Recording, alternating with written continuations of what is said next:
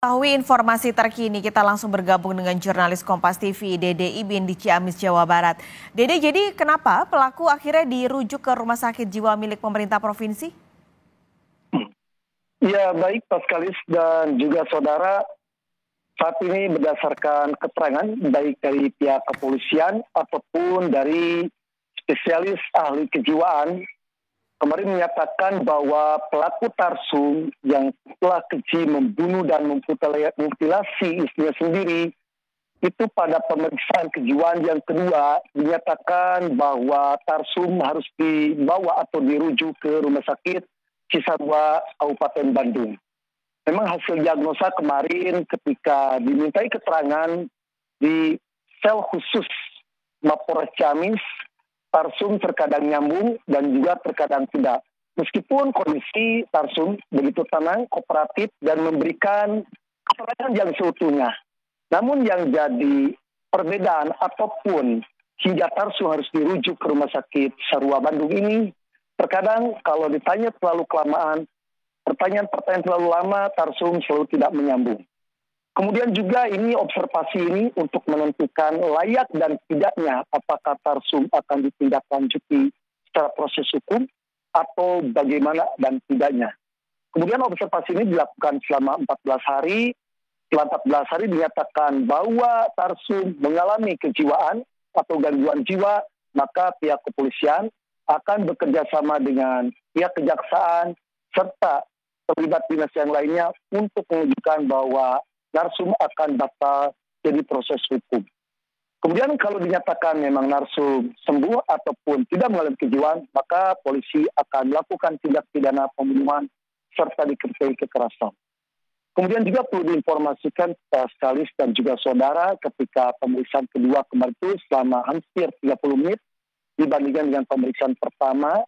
Namun ada perbedaan-perbedaan ketika tarsum sebelumnya dimintai keterangan oleh pihak kepolisian, itu berontak dan tidak mau memberikan keterangan yang seutuhnya sehingga pemikirannya labil dan selalu reaktif. Namun pemeriksaan ketika oleh spesialis kejiwaan dengan persuasif dilakukan di pertama di ruangan reskrim Polres Ciamis, yang kedua di sel tahanan begitu kooperatif, tenang dan sabar. Namun ketika pertanyaan terlalu lama itu akan tidak nyambung. Seperti itu sekali dilaporkan dari Ciamis. Oke. Sedang didalami lagi apa yang sebenarnya terjadi pada permasalahan kejiwaan pada pelaku. Tapi selain itu apakah sudah ada sejumlah saksi juga yang sudah diperiksa? Dari pemeriksaan itu apa saja fakta yang sudah terungkap oleh polisi? Baik Paskalis dan juga saudara, perlu diinformasikan saat ini pihak kepolisian baru memintai 7 orang saksi yang telah dimintai keterangan. Di antaranya ada anak, kerabat, tetangga, hingga mantan bosnya atau teman bisnisnya. Ketiga 7 memberikan keterangan bahwa perlu diklarifikasi motif pembunuhan terhadap istrinya sendiri yang dilakukan oleh pelaku tarsum itu sama sekali tidak ada kaitan dengan pinjaman online ataupun perilaku anaknya judi online. Namun ini murni bahwa pelaku memiliki utang terhadap perbankan, kemudian perorangan, dan juga mantan bosnya atau teman bisnisnya. Sebelumnya memang tarsum dan korban ini sukses punya usaha di daerah Bali, namun usaha yang dirintisnya selama bertahun-tahun mengalami kebangkrutan hingga harus membayar hutang kepada beberapa orang juga terhadap perbankan. Kemudian tarsum dari Bali pindah ke Ciamis, tepatnya di Kecamatan Rancah, dan membuka usaha kembali menjadi Bandar Pulau Domba atau Bandar Kambing. Namun usaha yang dirintisnya juga tidak lama dan mengalami kebangkrutan. Sehingga dari situlah motif yang sering terjadi hingga cekcok antara suami istri atau pelaku dengan korban.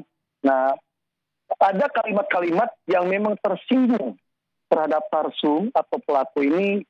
Kalimat seperti bahwa harta warisan atau tanah yang dimiliki oleh istrinya dari orang tuanya habis dipakai bayar utang oleh tarsum. Nah, pelontaran kalimat ini selalu dinyatakan ketika di depan anaknya. Nah, yang lebih kita informasikan gali lagi lebih mendalam bahwa anaknya itu pernah menjual beberapa kali sepeda motor ataupun menggadekan terhadap temannya sehingga oleh tarsum ditebus, dibayar, kemudian perilaku ini bukan satu kali, dua kali. Sehingga motif dari itulah tarsum menjadi tertekan karena ketika memberikan arahan, memberikan pencerahan terhadap anaknya tersebut selalu dilindungi ataupun karena dimanja oleh korban atau istri dari tarsum. Nah, motif ini sehingga tarsum menjadi tertekan dan banyak kata-kata kalimat yang tersinggung. Dari situlah tarsum nekat dan keji membunuh hingga memutilasi istri hingga kemarin menjadi sekarang ditempatkan di sel penjara. Seperti itu, sekali yang perlu diinformasikan. Baik, terima kasih jurnalis Kompas TV Dede Ibin melaporkan langsung dari Ciamis, Jawa Barat.